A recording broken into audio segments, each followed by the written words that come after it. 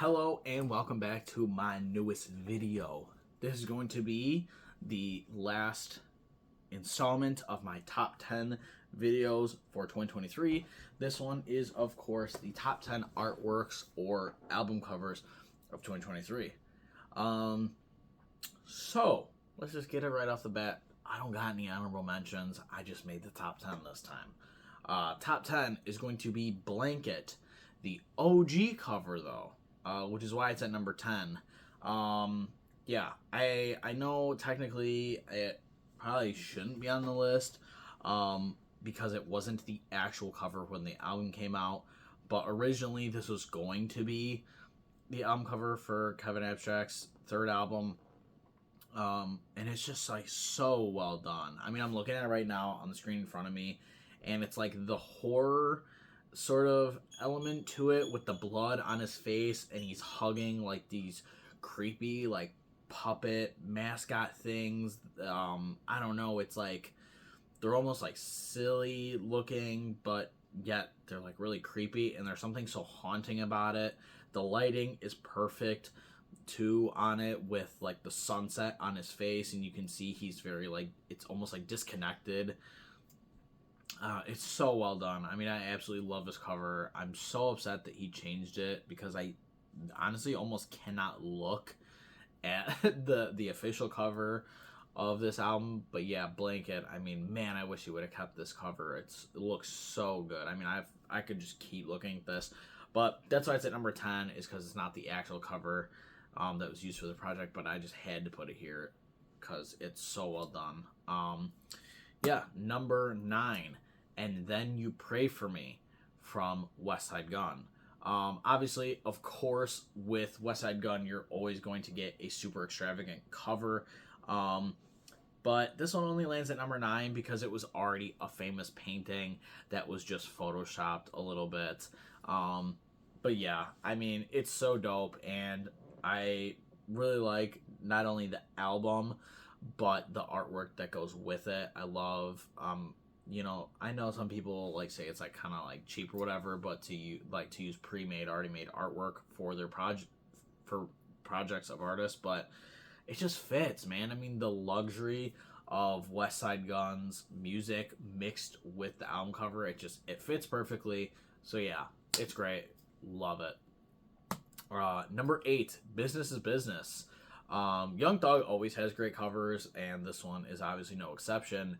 I actually recently learned that they did an actual photo shoot in a courtroom, to get this, but obviously because Young Thug was in jail when this came out, that they just kind of like photoshopped his face onto the person who just already had his likeliness.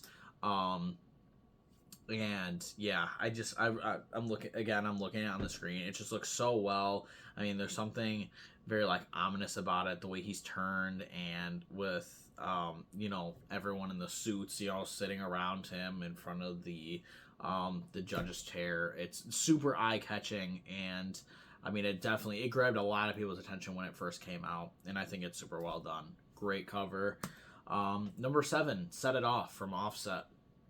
While I was really not a big fan of this album, and I thought it was filled with so much bloat, I can't lie and say that this is a bad cover, because it just isn't. It's a great cover, and I really love how bright and vibrant the explosion is, and how it just completely brightens up the night sky. And I really like how, even if you flip the cover, you could do it that way with him being flown the other way. I mean, it's super well done. And it does remind me of Metro Boomin's first album, the Not All Heroes Wear Capes, but kind of spun a different way. Yeah, love it. It's really satisfying to look at. Almost looks like a movie poster, and it would do really well for that. But yeah, great cover. Number 6, Utopia. There's one thing Travis Scott knows how to do, and it is to create an album cover that perfectly matches the vibe and ambiance of the music that he is going to put into it. And I think that this cover does exactly that. Even though it's very minimal, I think it does really well getting across that dark atmosphere that the project has.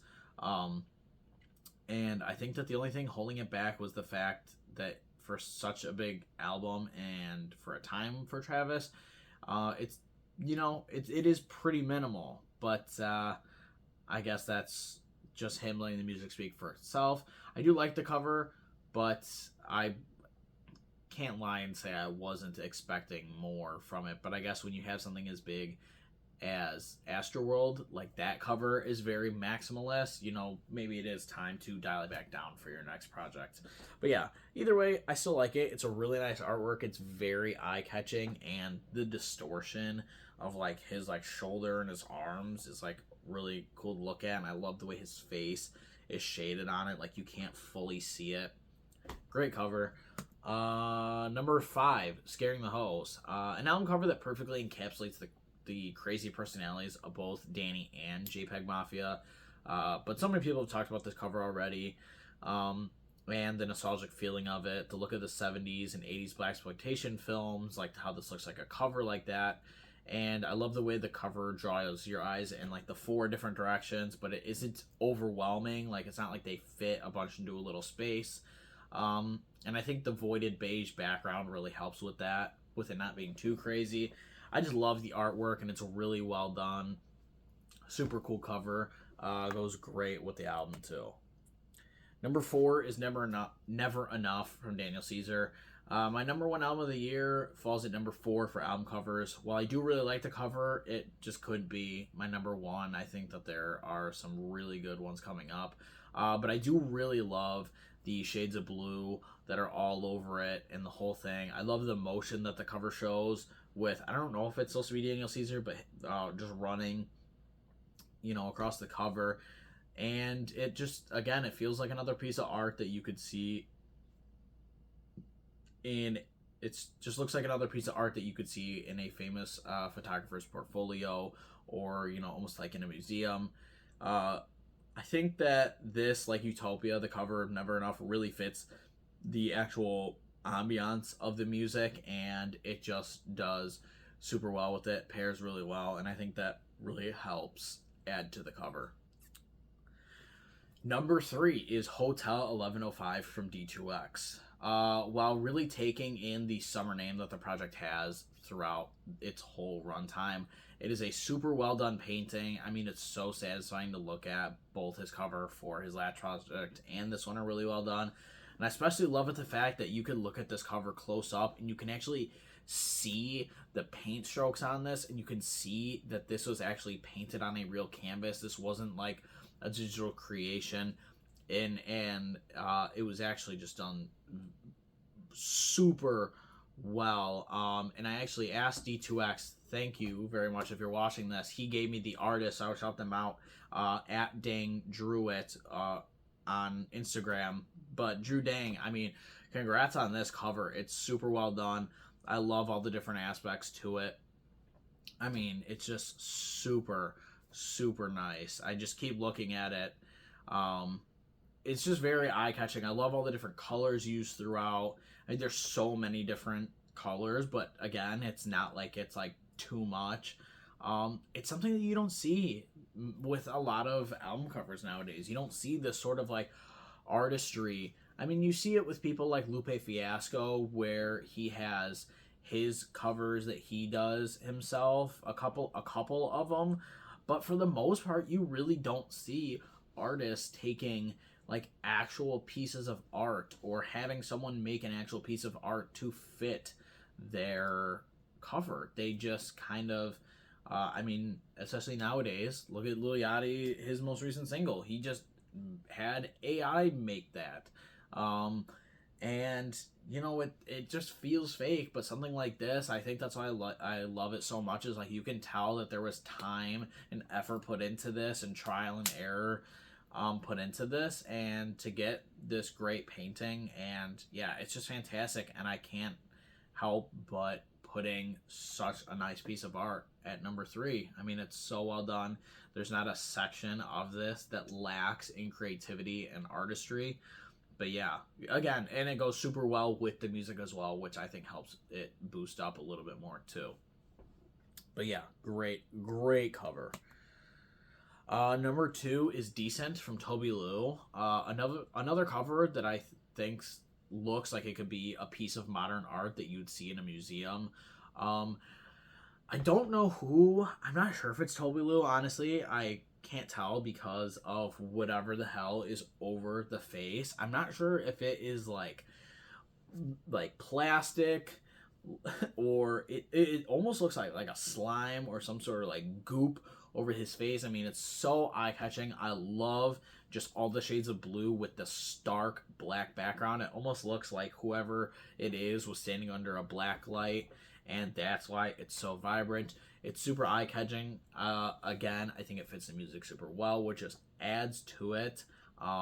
It's almost like somewhat creepy, but it's a great one nonetheless. And this would be a killer one to have on vinyl. I'm not sure if it's on vinyl. I guess I should look for it. But yes, fantastic cover. But number one is going to be Since I Have a Lover from Black. And I think that this is going to be a surprising pick for number one. But there's something about this cover that I just love so much.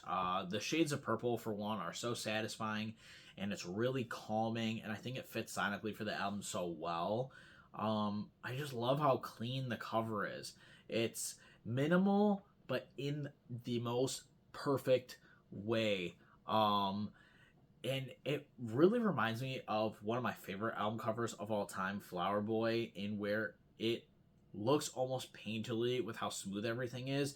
I'm sure some points are, touched up and whatnot, but it just looks so great. I can't exactly express the feeling. I mean, it makes me feel like very calm looking at it, and it's just a cover I really love. And just immediately when I saw this is going to be the cover, I was like, I love that. Like, that's a great cover. Probably a surprising one if you're thinking of all the, because there were a lot of great covers this year for a lot of different albums. But yeah, man, I just really love this one.